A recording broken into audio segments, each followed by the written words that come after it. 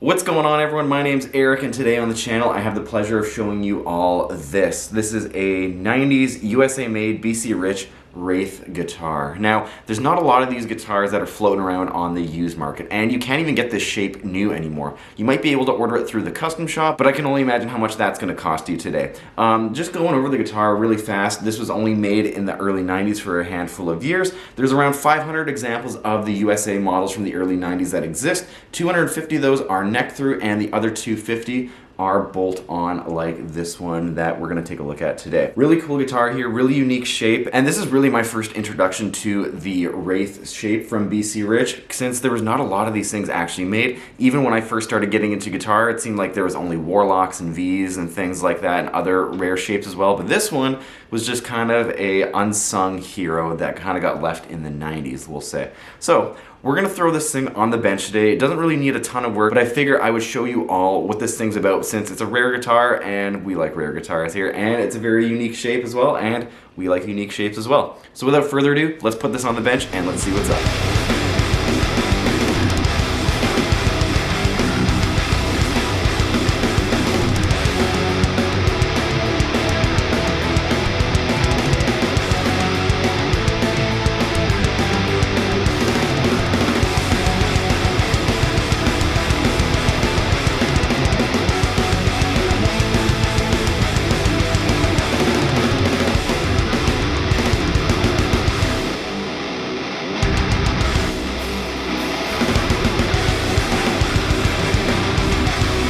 And now here we have the BC Rich Wraith all finished. Once again, this is from the 90s. This was made from around 1990 to around 1994, with only 500 examples from the American factory out in the wild. This one being one of the 250, again, that are a bolt-on. And speaking of how unique this guitar is, let's talk about a few specs really quick.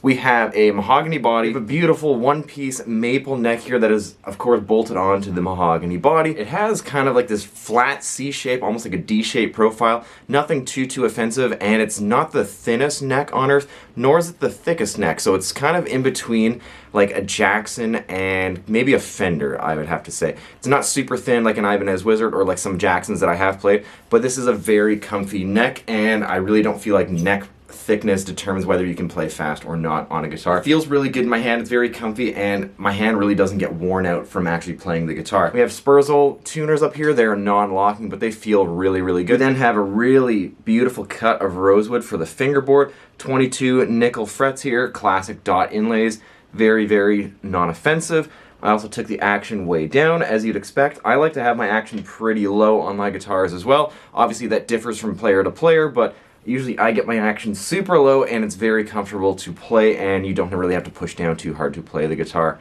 Electronic-wise, we have two Seymour Duncan pickups. We have a full shred, that's the SH10 in the bridge, and then we have the 59, so the SH1 in the neck. They both sound really great, and it's kind of like a tried and true combination here, which you're going to hear in just a minute. One volume, one tone, three-way toggle switch, and last but not least, we have the Kahler Steeler tremolo system. So this was kind of like Kahler's take on a Floyd Rose. You can see we have the locking nut up here.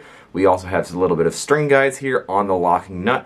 Very cool to keep the break angle very straight, so then it can help with tuning. I can't really comment on having any tuning issues since I've really set up the guitar and it's held tuned pretty fine, and I can't really comment on whether those string guides work or not. I really don't have a lot of tuning instability issues on some of my guitars. As you guys know, stretch out your strings as best as you can before you start playing, and then you can avoid having tuning issues. And speaking of this Kahler Steeler tremolo system, it goes without saying that we need to talk about it really quick. Off camera, I intonated the guitar. So for adjusting a Floyd Rose, you have to move this screw and loosen it in order to move the saddle forwards or backwards, depending on if the note is sharp or flat at the 12th fret.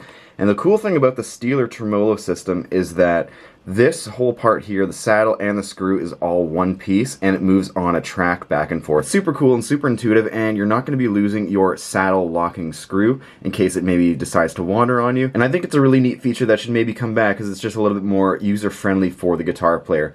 How it's going to hold up in many, many years? Well, this one seems to be holding up just fine. Nothing is rusted out or nothing is worn out, but it's hard to say on other guitars since this is a really good example of the Kahler-Steeler system. And that's kind of it for the specs on this guitar. It's very simple, but just like a lot of the 80s and 90s USA-made BC Riches, they look wild. They're spec'd pretty simply in terms of electronics and in terms of construction and everything like that, but they work and they sound fantastic. So, why don't we just hear how this guitar sounds?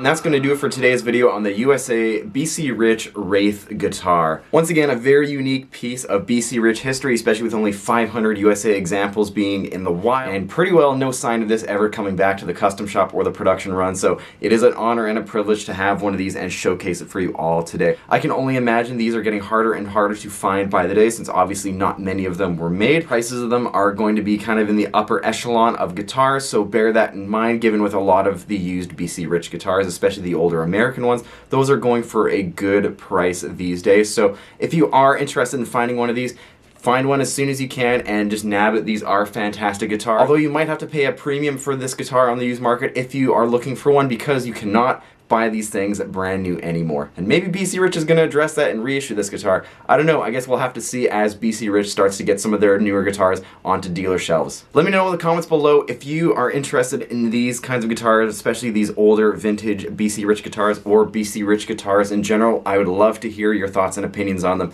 If you like this video, consider giving it a thumbs up. And if you're new to the channel, consider hitting the subscribe button. There's tons more content like this, guitar restorations and setup tutorials, as well as tons of covers, lots of Pantera, dime bag content, and other good things like that, always coming down the pipeline for you guys. Thanks for checking this video out, and I will see you next time.